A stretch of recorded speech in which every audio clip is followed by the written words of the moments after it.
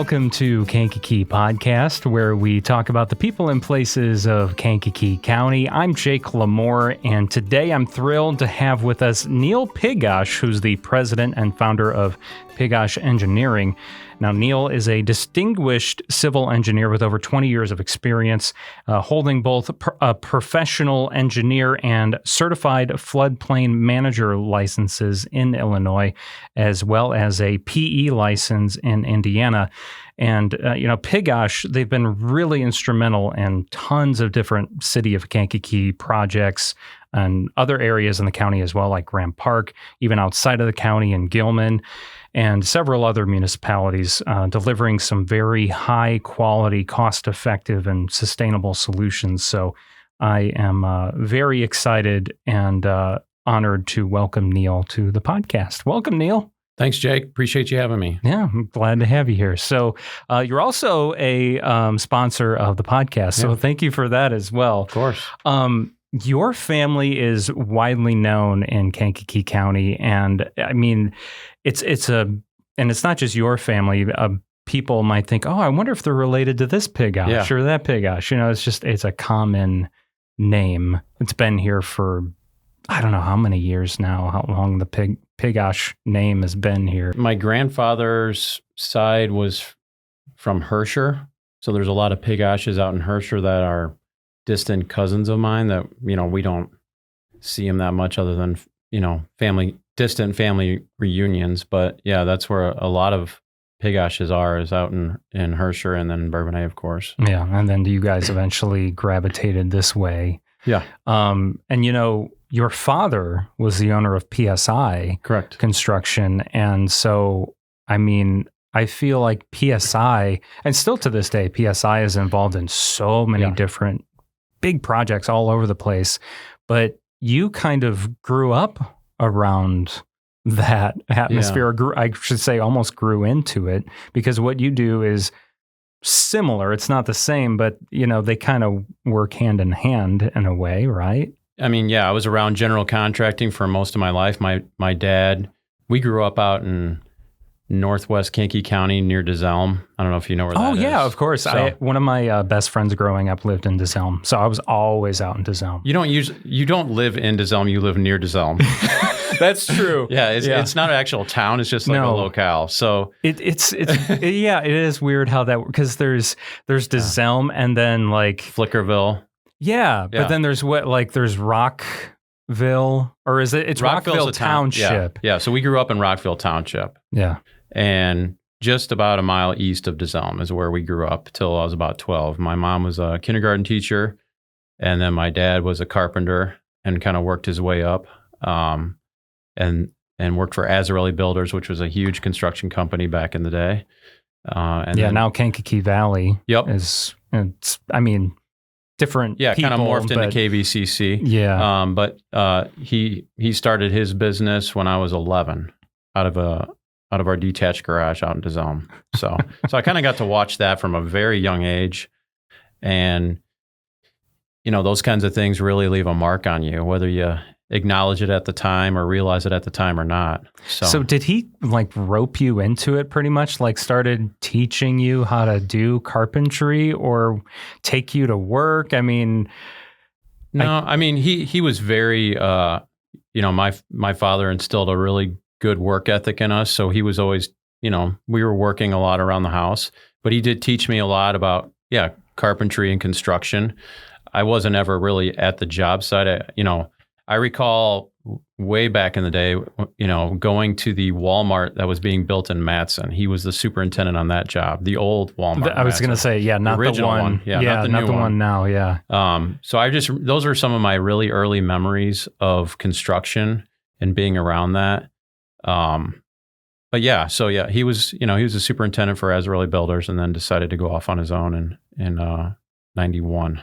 Okay, I was going to say it was around 90 or 91 is what I thought that I read. Now, you must have seen, I know that's one of your earliest memories, but there must be some projects that maybe you got to learn some of the behind the scenes or see some of the behind the scenes, some major projects that happened here in the county, I would imagine. So when I was going to college the first time, Yeah, you've been back, what, twice? Yeah, 3? 4? Yeah. It's quite a journey. And it keeps going, I'm sure. You're going to be back anytime now. I am back in school right now, actually. See? So, but you can't keep a good man down. I worked as a laborer during summer and winter breaks in college just to make, spending money at college. And I got to work at the ONU admissions building and then the ONU Weber Center. So those were both built by PSI. Oh, wow. So, and those are no small buildings. No, those are pretty big projects. So I got to be kind of at the, working on the ground floor, and that there was also the convent addition for St. Mary's. I was a laborer on that job. Trying to think of the other one.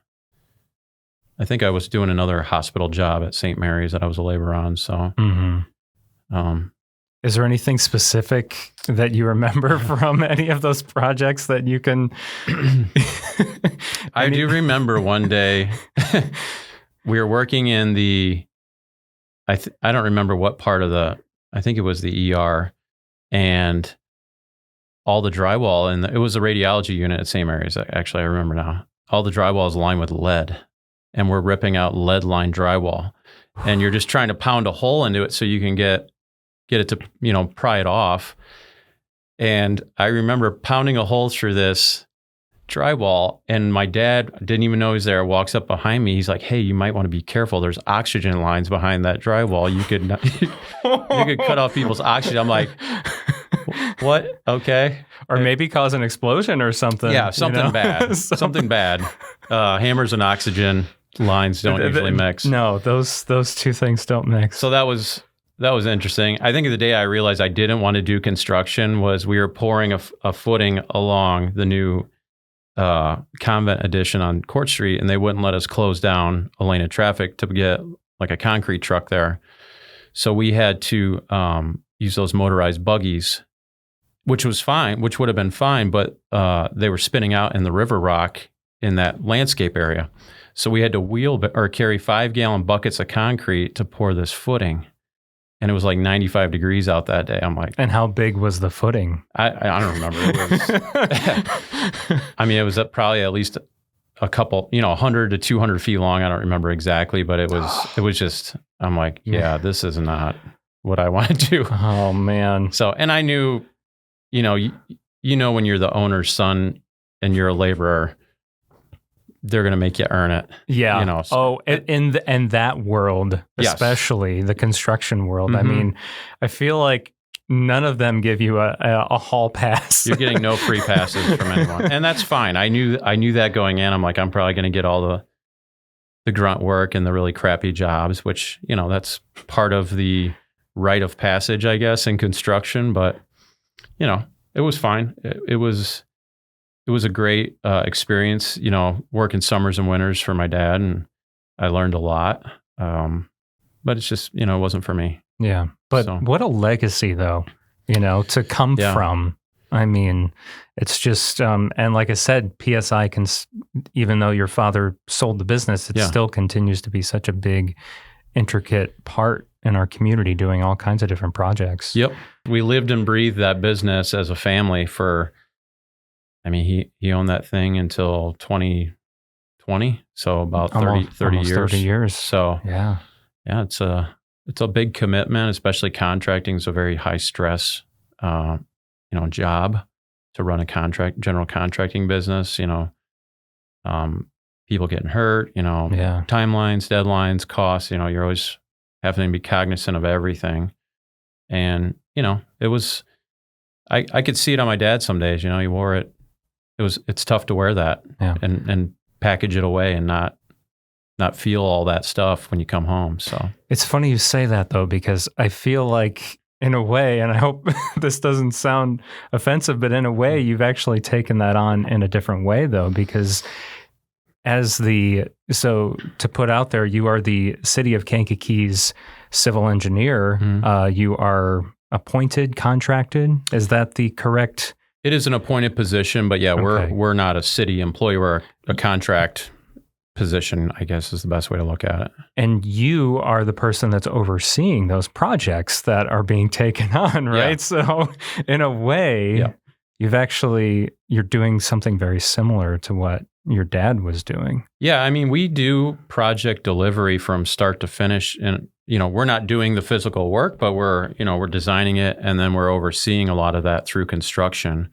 Whereas, he was overseeing it. They were getting the plans, and then they were building the project and overseeing it that way. So it is very similar. We're just not doing the actual work of building the projects, but we are designing it and then overseeing it to make sure it's built correctly. So I guess first we either need to explain what a civil engineer is, maybe, and then go into how you got into it. But how do you explain that to people that are like, okay, what's a civil engineer? What is that? Yeah, that's a great question. I mean, when I got out of high school, I had no idea what civil engineering was. So it's not that surprising to me that kids don't know, because it's kind of like the non-flashy, engineering field. Everyone wants to talk about nuclear or aerospace or biomedical, and those are all very flashy engineering fields. They're at the forefront of technology, where civil engineering is kind of this old historical. I mean, it's the oldest engineering profession. Oh, is it? Okay. Yeah. I mean, it's this old historical necessity that people tend to forget about because you're driving around on top of all the infrastructure that's been designed by civil engineers. And you just, you gloss over it. You don't pay attention. No one pays attention to things that are underground. But I always explain civil engineering is everything you see outside of a building is what we do. And that's everything. Transportation, floodplain and stormwater management, any sort of park design, stuff like that. I mean, streetscapes, road projects, water and sewer projects, water treatment plants, all that stuff is civil engineering. Wow. So, I mean, I guess people do see some of that on the surface. Yeah, they do. But it sounds like there's a ton underground, though, as you just explained, that no one has any clue about. And it's hard to explain, our projects, I always feel like look like there's nothing happening forever because there's just like, what are they doing? The orange cone is the Illinois state flower. So yes. So anywhere in the Midwest, right? Yeah, it seems like Illinois predominantly, yes. But yeah. So it's hard to explain to people everything that goes into building a road because a lot of times there's utilities that we have to coordinate moving before we can even build what we've designed. And that tends to take the longest because you're coordinating with big private utility companies. And, there's multiple years sometimes to get stuff moved. And it's just the process, unfortunately. Yeah. And we're going to get into some of that later for sure. And I'm sure you know what project I'm going to bring up when we talk about that. But how did you fall into the world, or how did you discover the world of civil engineering? When did you find out you're like, that's it, that's what I want to do? So I actually went to college for turf science, which is like golf course management. I graduated high school. I'd been working at Bon Vivant over the summers. Really enjoyed. I enjoyed golf. I just picked up golf when I was like 14 or 15, and started playing. And then just got a job at Bon Vivant. Was working summers there, and even during the school year to some point. And I really enjoyed being out on the golf course, in the mornings and stuff, and enjoyed the job. Interned out in Colorado one summer at a golf course, cool. Pretty high-end golf course, Castle Pines, and it's just sounds familiar. It's just south of Denver, and then interned up in Medina Country Club up in Schaumburg, and then that's a big one. Yeah, it is, and then that's where I went to work after college. We were rebuilding so I graduated college in May of 2002. Started working at Medina full time after that. And we were rebuilding course number 3 for the PGA Championship that was going to be hosted there in 2006. Wow. And it was a total reconstruct. I mean, I would imagine if it's 3 years from now, Yeah. So we were working 7 days a week nonstop, and it took its toll on me. And I remember the day that I realized I didn't want to do that anymore. I was talking to the superintendent of the golf course, and he was telling me how he missed all 3 births of his children because he was working. And he was almost proud of it. And I was like, this guy wasn't always this way. This job changed him. And about a week later, I called my parents and said, I put my 2 weeks in. I'm going back to college. So. And at that point, did you have any clue that civil engineering was going to be the answer at that time? Or was it just kind of like it was an easy transition because maybe what you had been doing was very similar? I knew I wanted to go back for engineering. I came back home in November and started waiting tables and bartending just to make some money to save up to go back to college.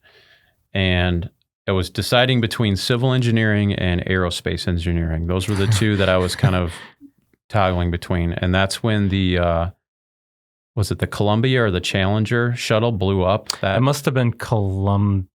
It had to be Columbia. It was Challenger was the 80s. one. Yes. Yeah. So it was that happened in, I want to say February or March of 2003.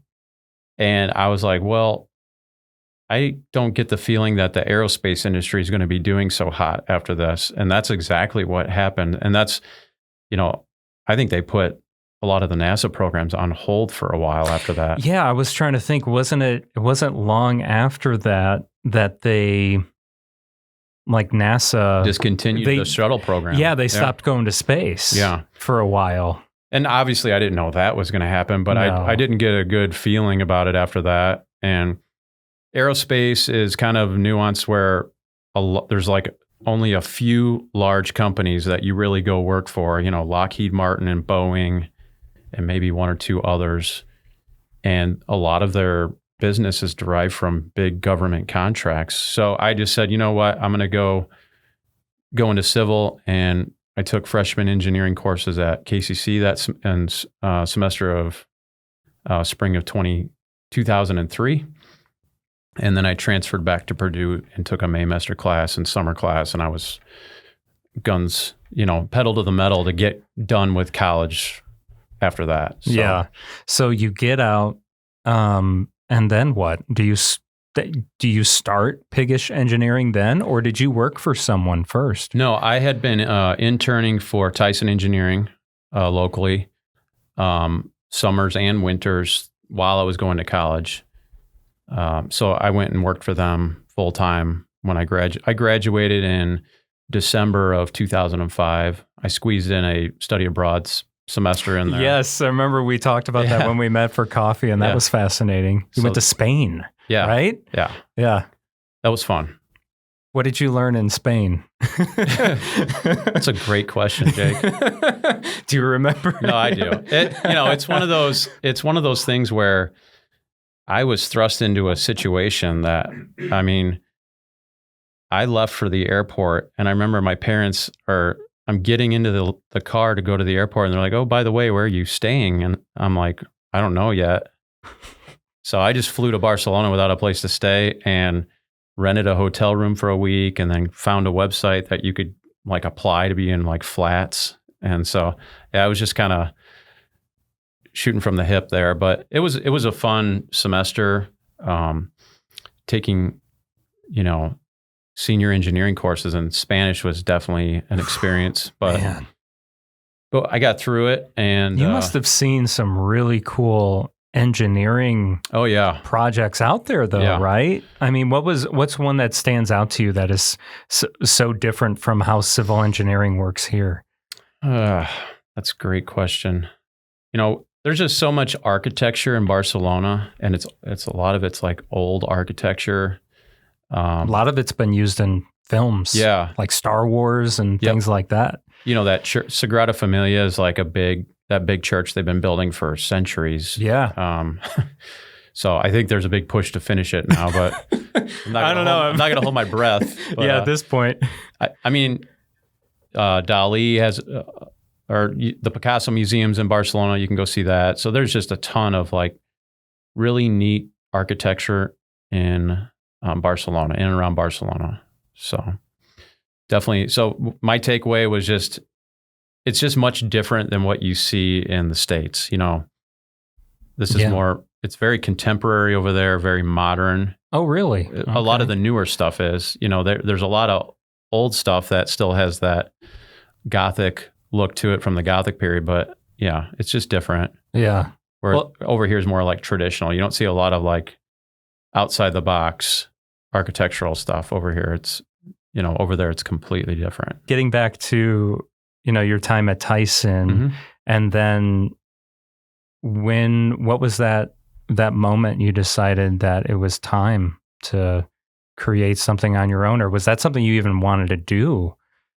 I think it was always going to be, you know, that was always on the table for me. I may not have known it right away when I started, but I always knew in the back of my head, like after watching my dad start his thing and turn it into what it was, which at that point in my, you know, this was 2006, you know, PSI had turned into this big thing.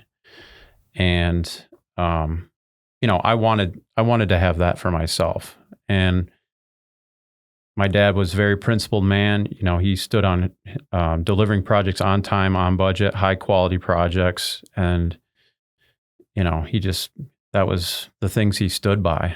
And that's what carried the day with the business, you know, is everyone knew the brand that he was bringing to the table. And that's what I wanted to bring to the table with our company. Mm-hmm. So, and Tyson, your time at Tyson, because at one point, wasn't Tyson the engineer for the city of Kankakee too? Right? Mm-hmm. Was it right before you, Piggush? It was, yep. Okay. I thought so. So you had maybe been kind of familiar with some of the things the city was doing then already, right? Yeah, kind of. I mean, I started Piggush Engineering in 2013. You know, we didn't do any work for the city from that point until we were appointed in 2017. So I wasn't really in tune with what was going on. Current. Not really. Yeah. Because I was just focused on getting work and getting our business off the ground. Mm-hmm. So I didn't really focus on what was going on at the city because it really didn't impact our business.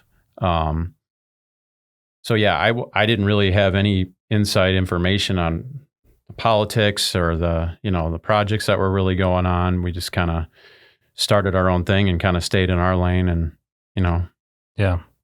If you don't mind, I enjoyed this story, if you don't mind sharing, of how a Piggush ended up being appointed on the city council. If you don't want to tell it, that's fine. No, that's, I mean, I've told this story quite a few times because I just think it's just a funny, life just comes at you in different ways. And this is just kind of an example of that. But yeah, I mean, we were, it was 2017. Chastity had just been elected mayor. I'd never met her. I didn't know her or anyone in her orbit. But we had gotten nominated and won the Entrepreneur of the Year award with the Daily Journal Progress Awards. And I had to go up and give a speech that night to accept the award. And I don't even really remember what I said up there because I was pretty nervous.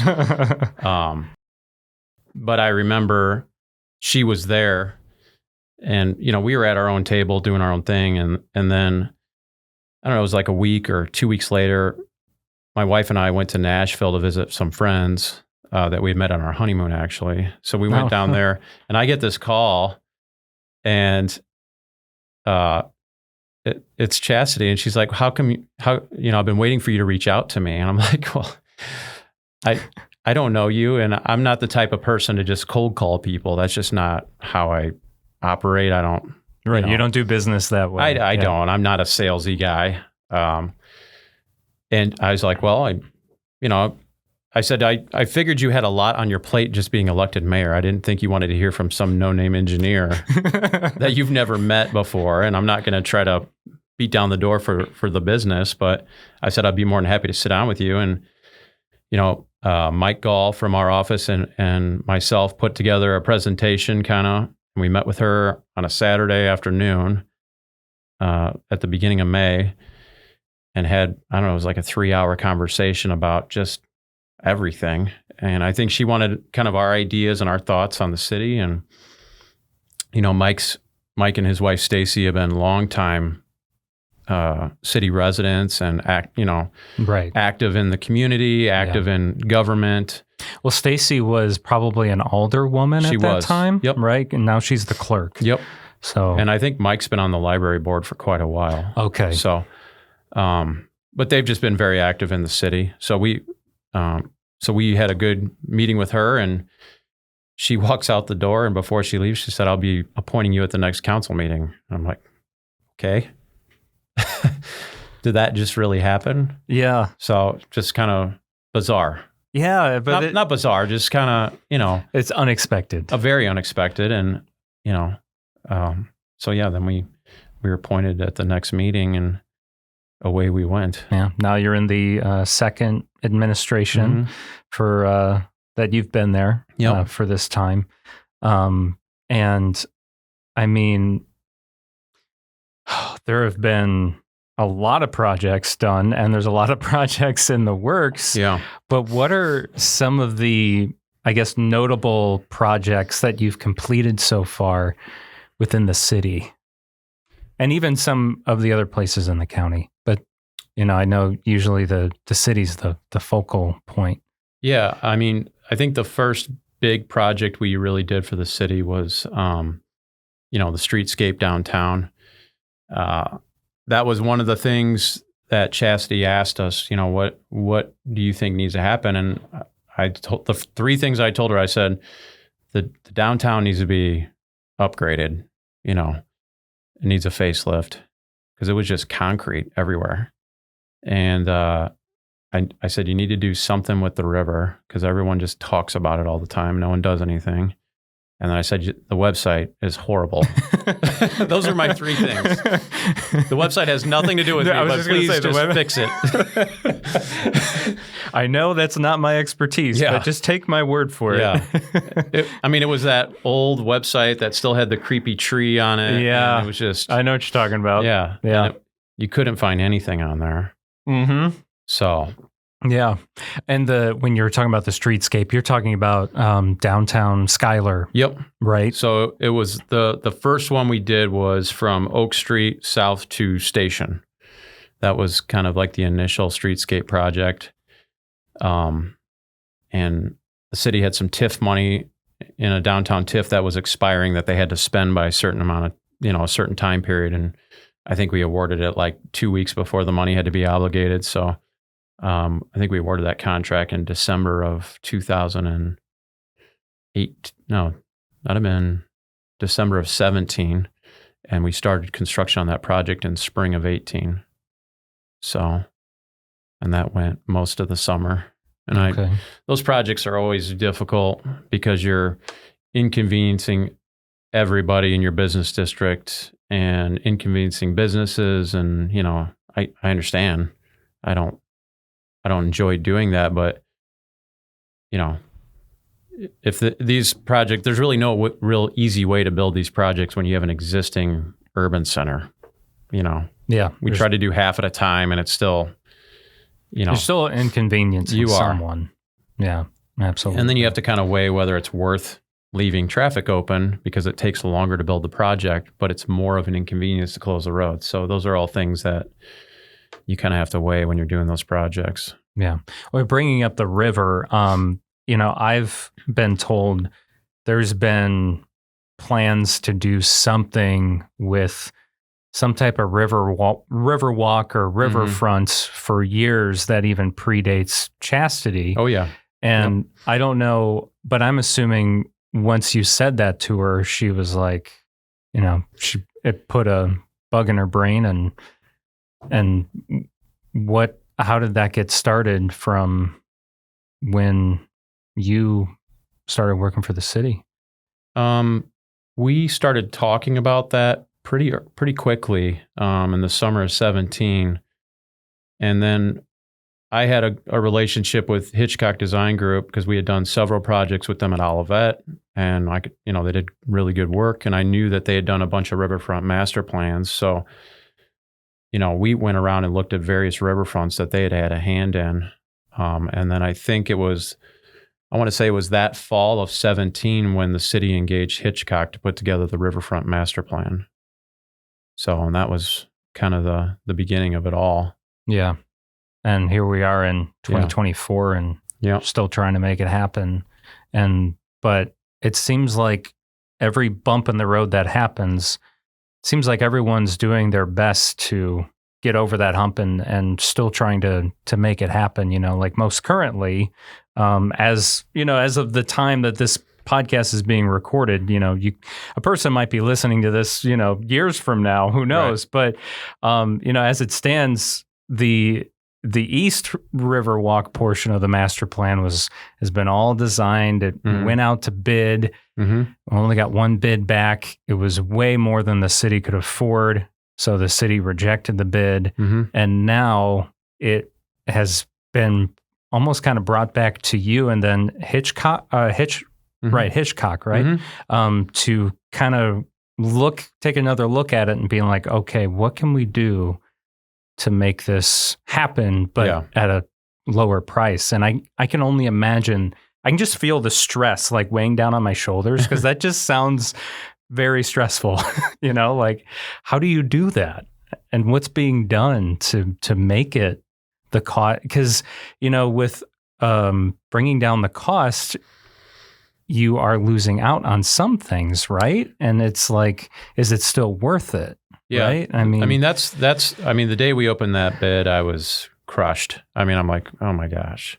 Yeah. And went home and I had pen to paper that night trying to figure out ways to save money on the project. And then I huddled up with Hitchcock and all the other sub-consultants on the project, early the following week and came up with some good ideas. And, we're value engineering the project right now to kind of find some cost savings without sacrificing scope. Because that's what we don't want to do, is we don't want to sacrifice the functionality of what's been presented to everybody.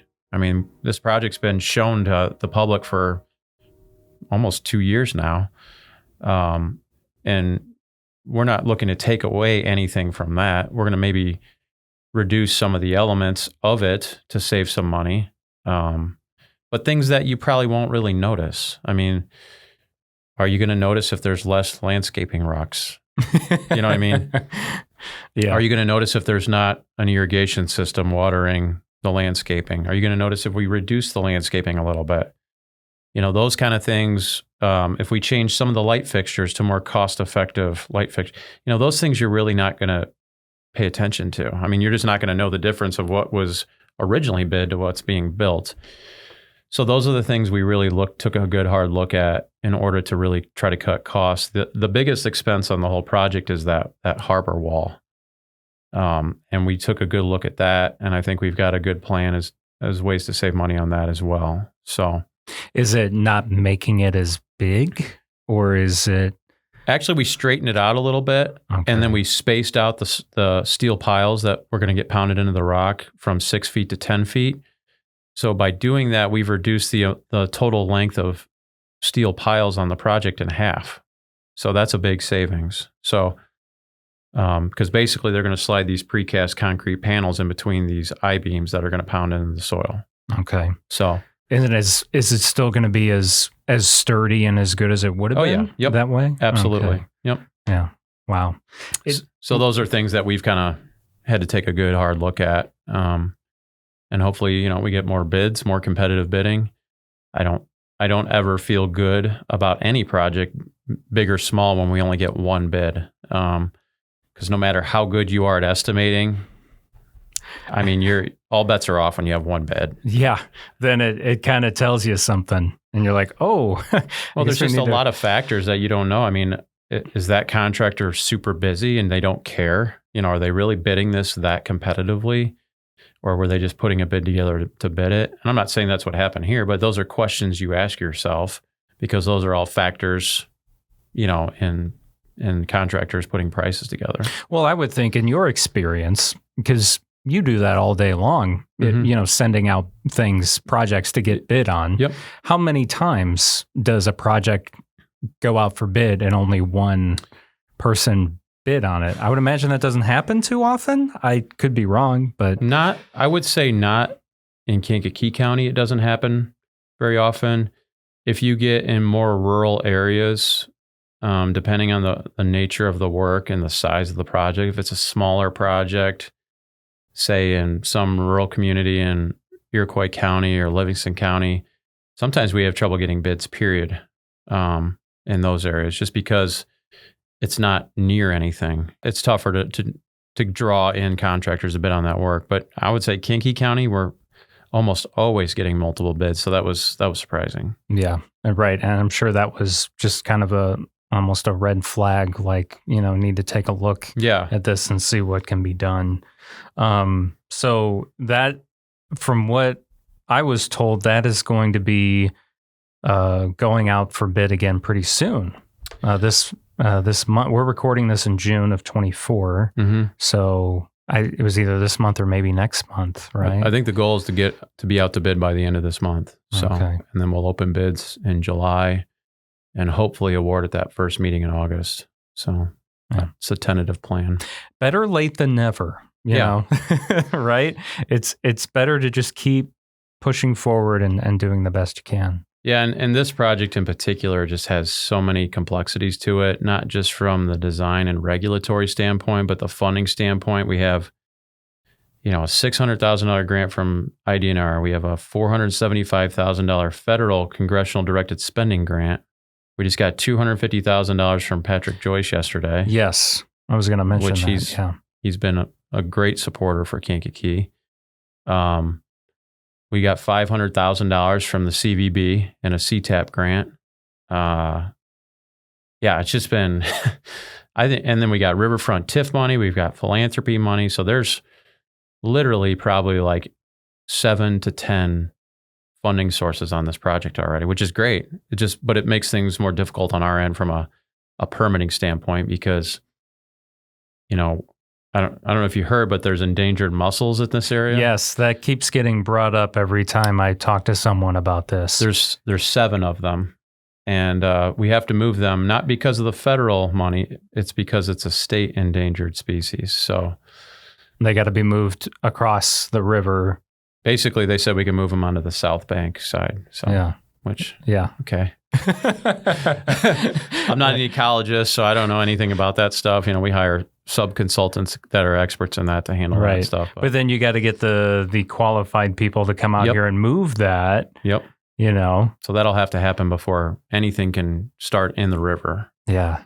Oh my gosh. So what are some other, we're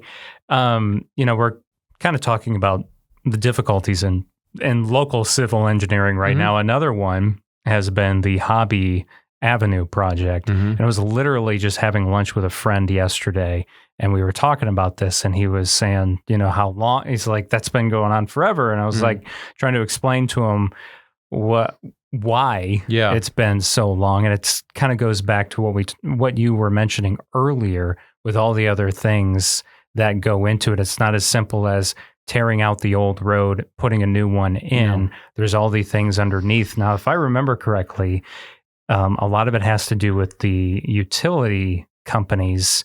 While you're doing this building, Hobby Avenue from the ground up, they're wanting to move, and sometimes they have to move things in order to make, obviously you can explain it better than I can. Well, but whenever we do a project in public right of way, the private utility companies usually have franchise agreements with the local municipality that has, jurisdiction over that right of way. And in those agreements, they usually say if there's any public projects that the municipality is taking on, that utility has to move their facilities at no charge. So anytime we're trying to get a utility to move their stuff, it's a little more of a challenge because they're doing it on their dime. And I get that. But Hobby in particular, is just this corridor between Route 50 and 17. And it seems like every utility in the world is running up that road. I mean, we had a 6-inch gas main we had to move, an 8-inch water main. We're now moving a 24-inch water main. Oh my gosh. We had AT&T's main fiber line running up there. And then we had all these ComEd poles that had to get moved. So we've been coordinating with them, the utilities, for 2.5 years. So it's, and then we had a railroad crossing to upgrade. So, yeah, right. Which that's finally done. So yeah. So do you think that all those utilities happen to be that way just because is that one of like the original main streets in Kankakee, and maybe that's why all those main lines were there?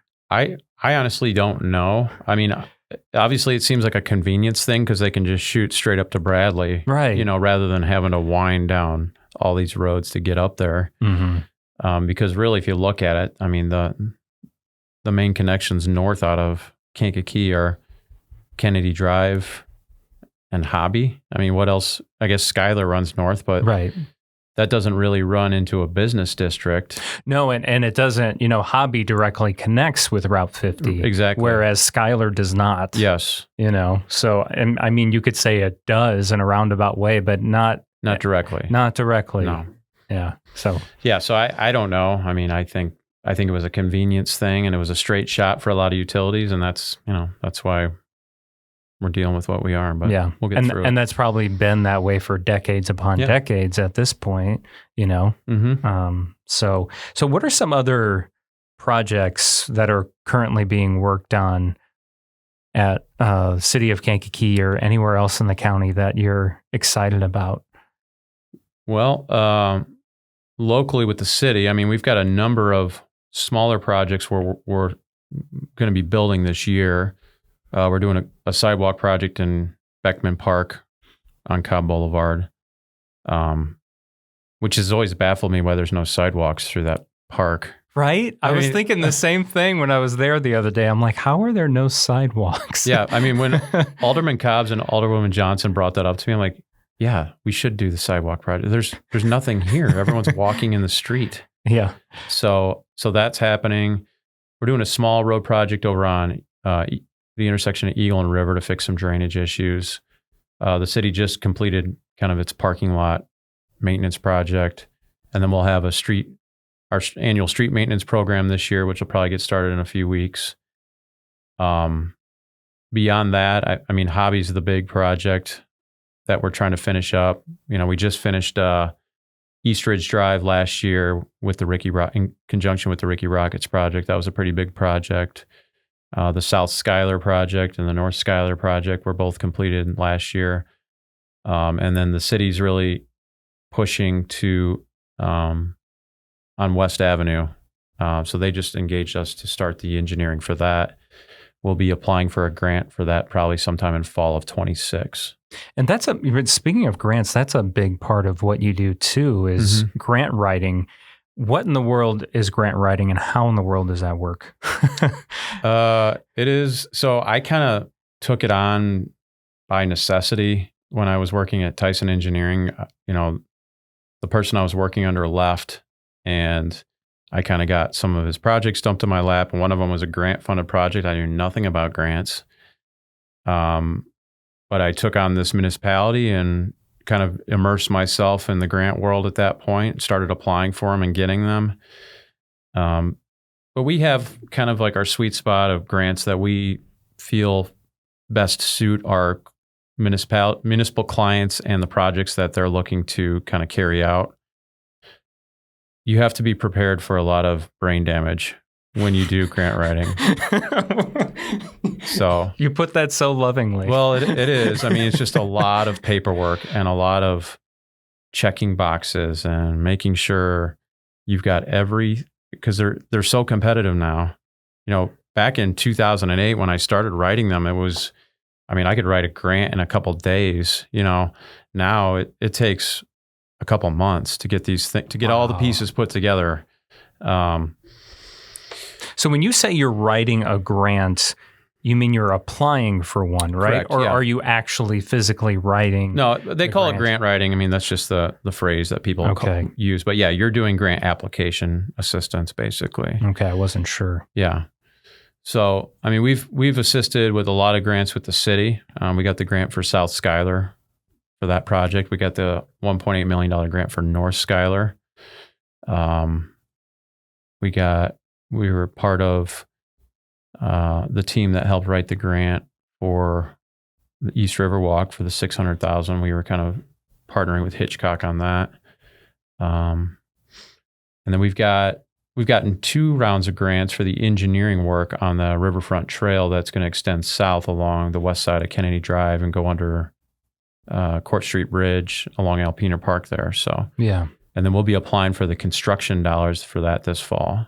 Okay. So when you're going after these grants, where are these grants coming from? Is it all from government entities, both state and federal, that they are offering? They put this money into some type of fund or?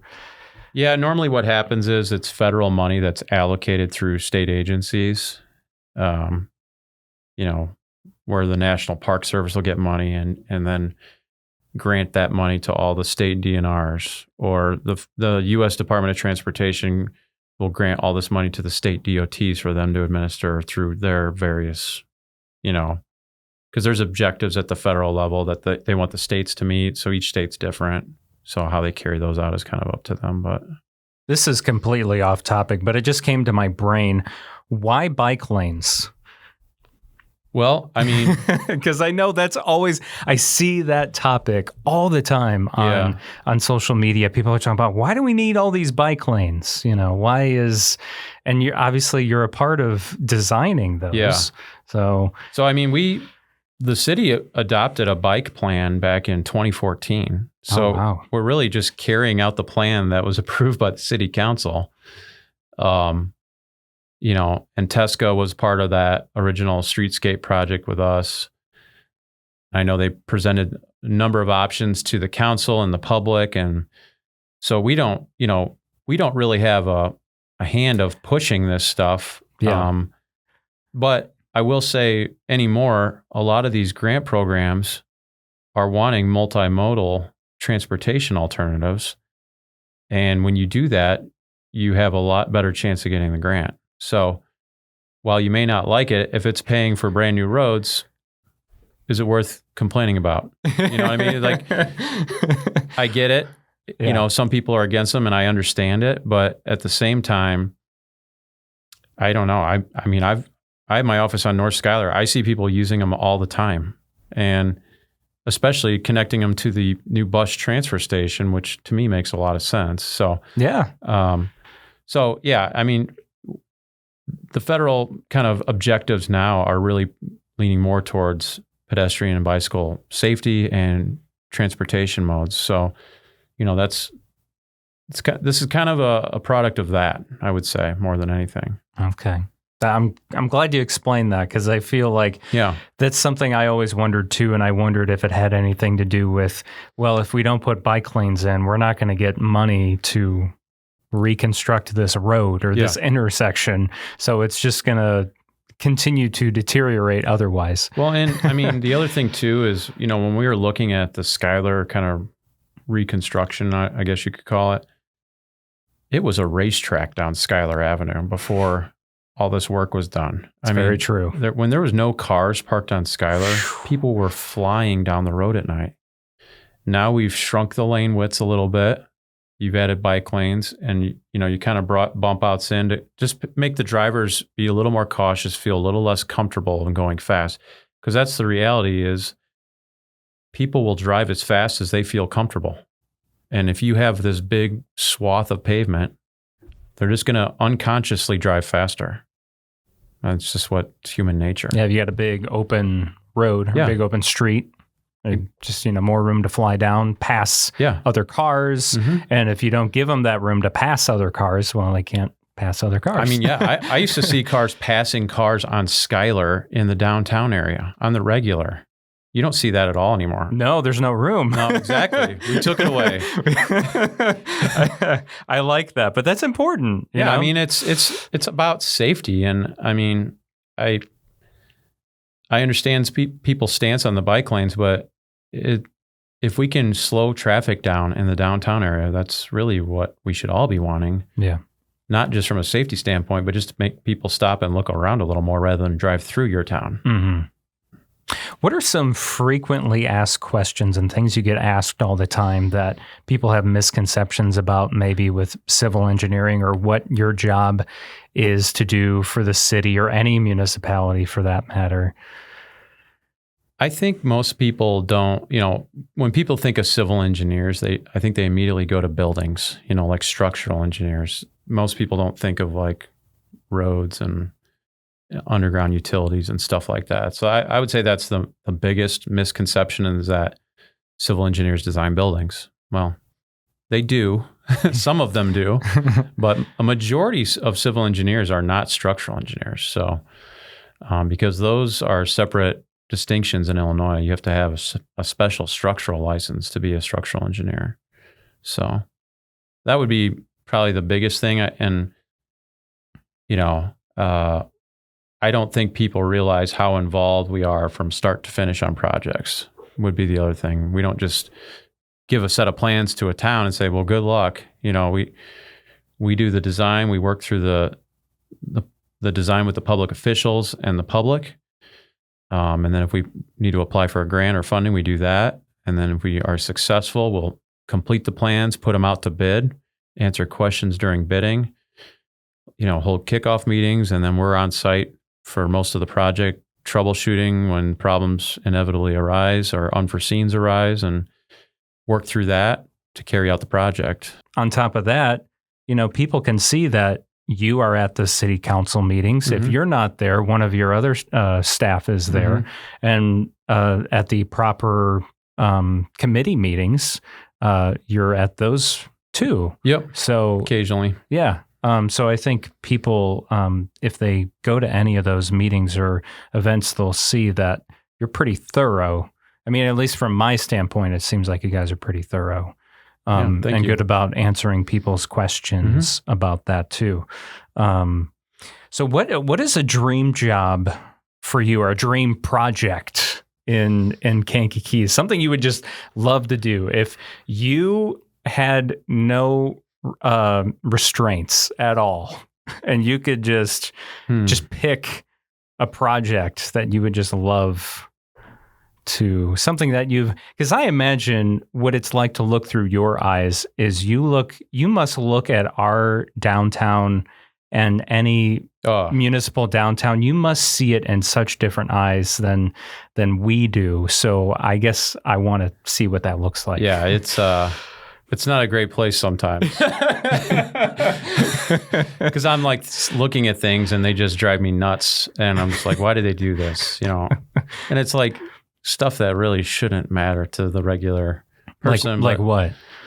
I don't know. Just like the way they like tooled a joint on a sidewalk or something like that. I mean, I know stupid stuff like that, but yeah. It's stuff that I notice. Or if a manhole's not at the right elevation and didn't get it put mm-hmm. back correctly, or a sign's in the wrong place. I mean, it's stupid stuff. But I notice it and I just can't get it out. You can't help. No, I can't get it out of my head. Yeah. So no, I hear you. It's like when I hear audio and I hear all these things in it, I'm like, well, that shouldn't be there. What's that noise? That needs to be out, Yeah. So I hear you on that. But there must be a dream project though that you have. I mean, we're fortunate enough right now to be on a design team for the reconstruction of the Mantino interchange. So that's a pretty big job. And interchange jobs just don't come along that often. No. And that one's long overdue. Yeah, it is. And then we're also, on the city side, we're coordinating with IDOT on both interchange reconstructions in Kankakee, which I think once the mayor's ready to reveal that to the public, the enhancements that the city is proposing at both these interchanges is going to be outstanding. I mean, it's going to look awesome. It's going to look top notch, and probably the nicest looking interchanges in the state. It'll be interesting because, I mean, especially at Route 17. 312, yeah. Yeah, 312. There's not a lot of room there. No. No, there's going to be a special design for that. Yeah. So all the ramps are going to converge under the bridge deck. And there's going to be a single signal post facing 4 directions. Yeah. Wow. But there's nothing they can do. You got a high rise on one side, you got a cemetery on the other. Yeah, what are you going to... You can't... I don't think we're going to start digging up bodies. No, not this day and age. It's not like when they built the courthouse where it is today, and that was originally a burial site for Native Americans. And back at that day, they're just like, oh, we'll just move them. Yeah. No big deal. That they don't do that this day and age. You really never know what you're going to run into a lot of times. And that's why we have to go through all the... when you have these federally funded projects, the standard is a lot higher for environmental. Yes. Well, one thing I'm surprised I'm surprised you didn't bring this up when you and I sat down for coffee that one time. You talked about how you would love to do something with Station Street. Mm-hmm. What's your vision for Station Street if you ever got the chance? I just think it needs, it's old. And it hasn't really had much work done to it. And it's a main arterial through town. I mean, if you look on a lot of the old maps in Kankakee, Station Street was the way to get across the river originally. The Court Street Bridge came later. Yes. So, I just think the sidewalks, aren't great. The pavement's not great. The drainage, it could just use a reconstruction and maybe even a reconfiguration of the roadway and what it looks like. Mm-hmm. Some more of those Illinois state flowers popping up along the way. Yes. Along the way. So, because they rehabbed the bridge, I don't know, it was about 15 years ago when they rehabbed that I remember bridge. That, yeah. But I just feel like Station Street's one, Curtis Avenue's one that could be done. There's more, but Station Street to me connects so many things in town. And I think, if I had my choice, we'd start at, Harrison or Indiana and go west all the way to till it hits Court Street, where Court Street bends. That would probably have to be, a 2-phase project. But to me, that project makes a lot of sense for a lot of reasons. Oh, yeah. Yeah, absolutely. Well, I could keep going on forever. It's just, I think your job is so cool. I think what Piggush Engineering is just so cool, and you guys do it so well. And it's really cool and great to see that you put your money where your mouth is. I remember people were giving you a hard time about having your home base in Bourbonnais, mm-hmm. But your big contract is with the city of Kankakee. But you're like, okay, and so you move downtown. Yep. You rehab one of the oldest buildings on that block. Yep. Because it's from 1910 or something like that. I think it's 1904 or 1904. Yeah. Okay.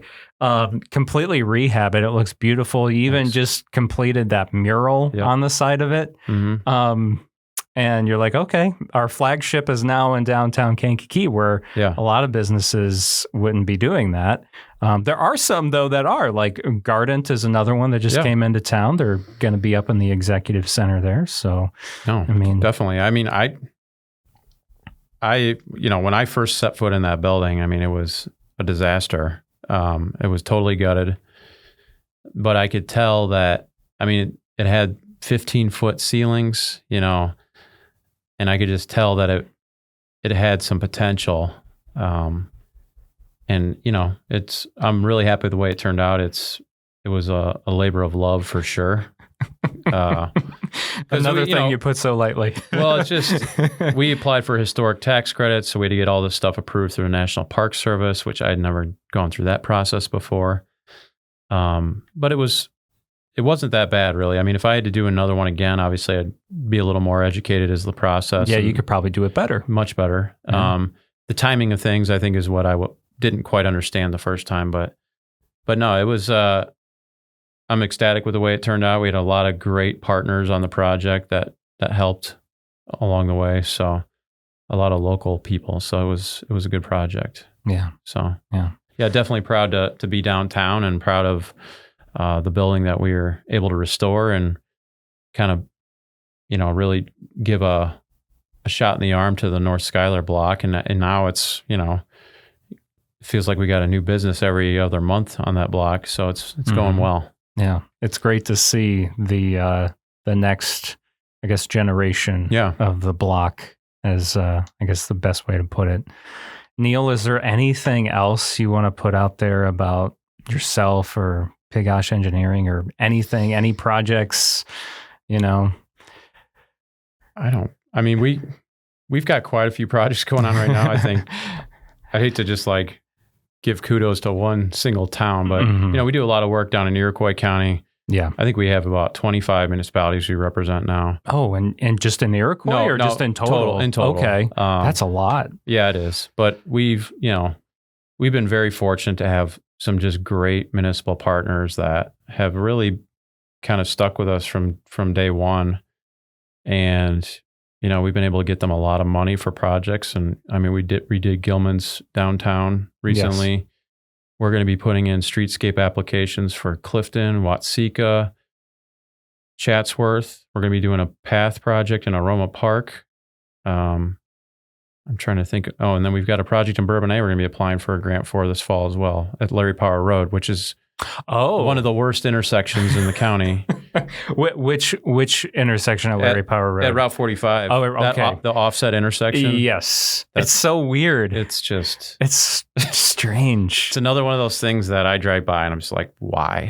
Why is it this way? Why are we doing this? Yeah. Even at 50 in Larry Power could use some help, I feel like, that's a bigger project. Yeah. No, we're just going to be looking to do some enhancements there and get rid of that first set of signals. Okay. So cars can move up and people aren't trying to turn left to Route 45 while people are turning left off of Larry Power. There's just a lot of T-bone accidents at that intersection. So would you create like a lane just for I think we're going to put an island. An island, okay. And then force that first street to just be right in, right out. Yeah, that makes sense. Yeah. And then you get that extra 60 feet, up to the next set of signals where you can have more car stacking, when it's busy, which it always is on that road. Oh, gosh. Yeah. Always. But you asked about a dream project. Honestly, the dream project, now that you mention it, would be fixing the intersection at 102 and Route 45 in Berlin. Oh, my gosh. That is a great one. That would be my dream project. 100%. I would love to do that. Boy, you are... you're an overachiever, because that would be quite a project. So what would you do? So for those that aren't necessarily familiar with where that is, it's literally the three-way intersection. It's right at the corner of Olivet and where Dairy Queen is. And, that intersection has always been a problem for ever and ever. What would you do? I mean, I have ideas. I have ideas.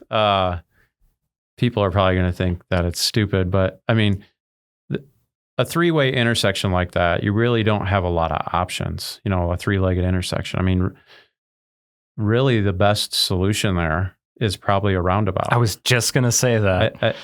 I know it sounds dumb and people think it's dumb. But I don't think it's dumb. It's just that you have a lot of semis through there. Well, that's a good point. I didn't think that wouldn't work with semis. Well, you can make them big enough, and then a lot of times they'll have concrete on the inner circle that the semis can just drive up on.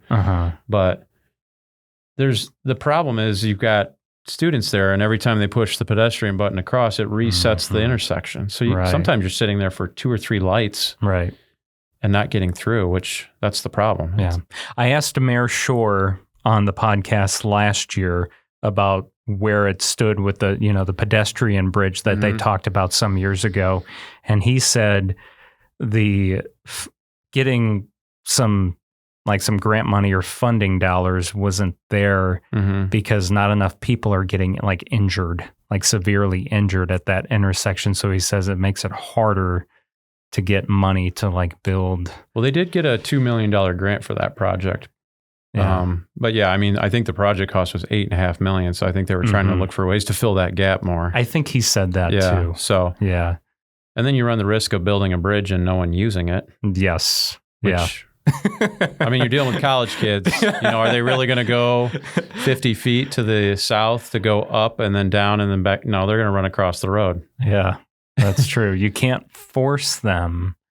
Yeah. But I thought about a roundabout too, but it's just, we're so used to not having those around here. It's such a foreign concept to most of us that, if you've never like traveled around the country to where they even like, there's a lot of them in Missouri. There is. And there's even some in Illinois. Like I remember driving up to, I can't remember the name of the town, but like northern Illinois, and very rural too. Yeah.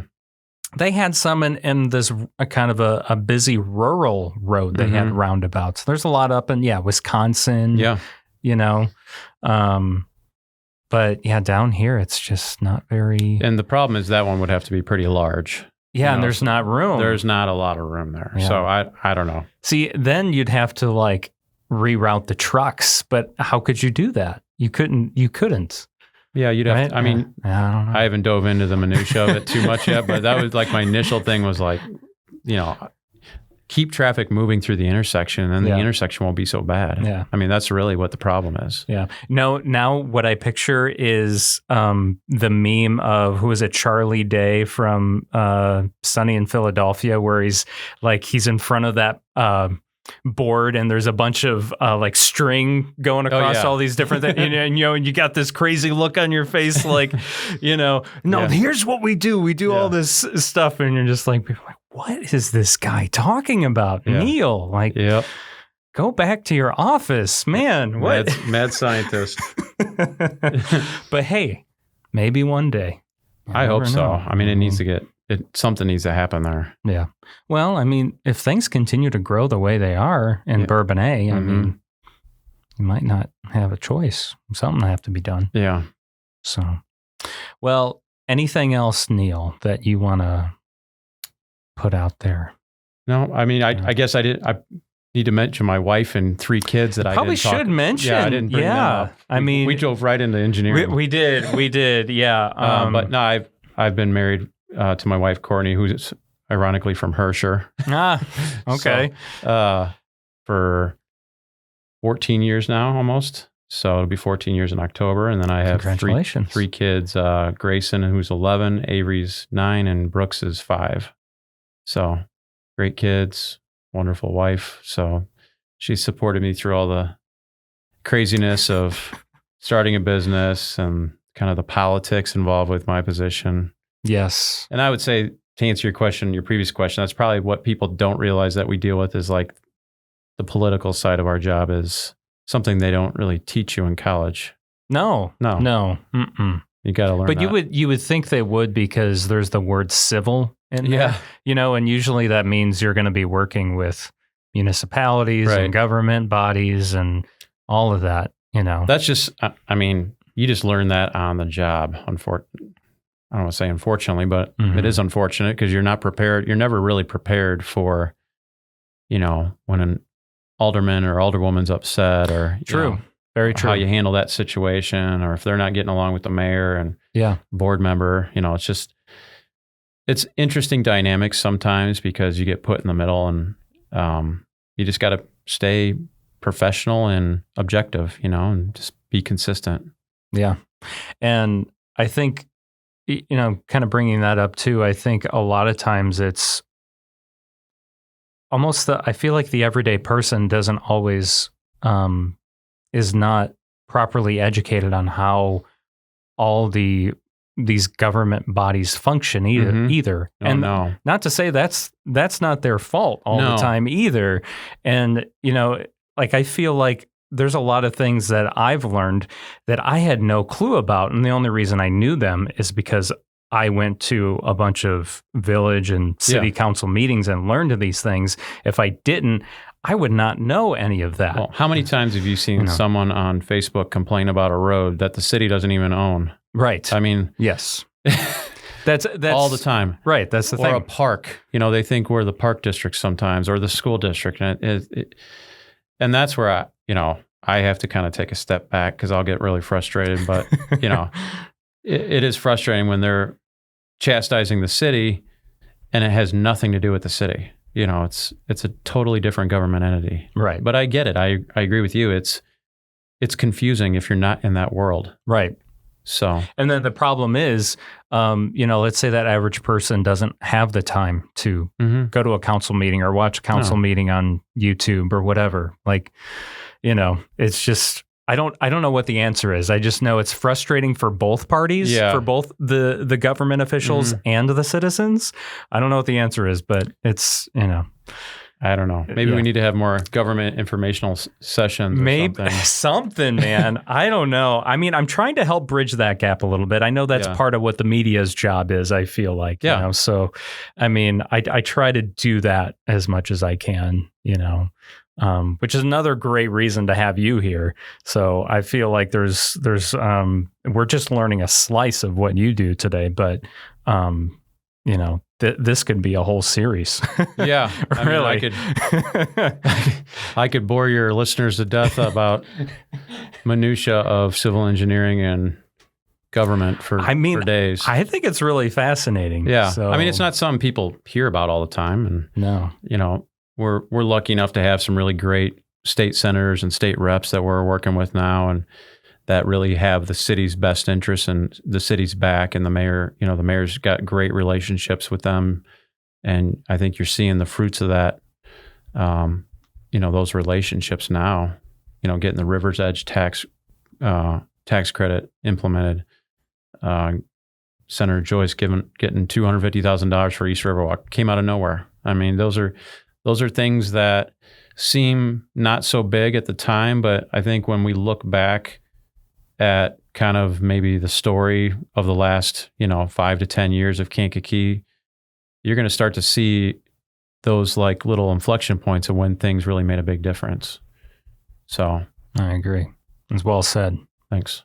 Yeah, I'm excited. I think the city's got a lot of potential, and I think the mayor's, got a good vision for what he wants to see for the city. And I think, obviously fiscal responsibility was a big importance to him. But at the same time, he's carrying a lot of the projects out that the previous mayor carried out. And, I think it's good for the city, Yeah. So. Absolutely. Well, Neil, thank you so much again for being on the podcast and also being a supporter as well. We truly appreciate that. Thanks for having me on. I appreciate it. That concludes this episode of Kankakee Podcast. I'm Jake LaMore. Thank you so much for listening. Please hit that subscribe button if you haven't already, and leave us a rating and review on Apple Podcasts and Spotify. Follow us on Facebook, Instagram, and LinkedIn at Kankakee Podcast. Shout out to Stephanie Vanderweide for supporting the show each month through Patreon. If you want your name announced on a future episode, you can sign up at patreon.com/Kankakee Podcast. Special thanks to our sponsors, Chicago Dough Company, Noble Dairy Queen Stores, Frank's Appliance Center and Sleep Source, Piggush Engineering, King Music, Little Me Studio, Taco John's, D. Westfall Jewelers, and Edward Jones Financial Advisor Adam Elroy. Kankakee Podcast is produced by the fine team at Pathfinder, a full-service marketing agency in downtown Kankakee. Learn more at yourpathfinder.io. Our theme song is by Lupe Carroll. This river carries on.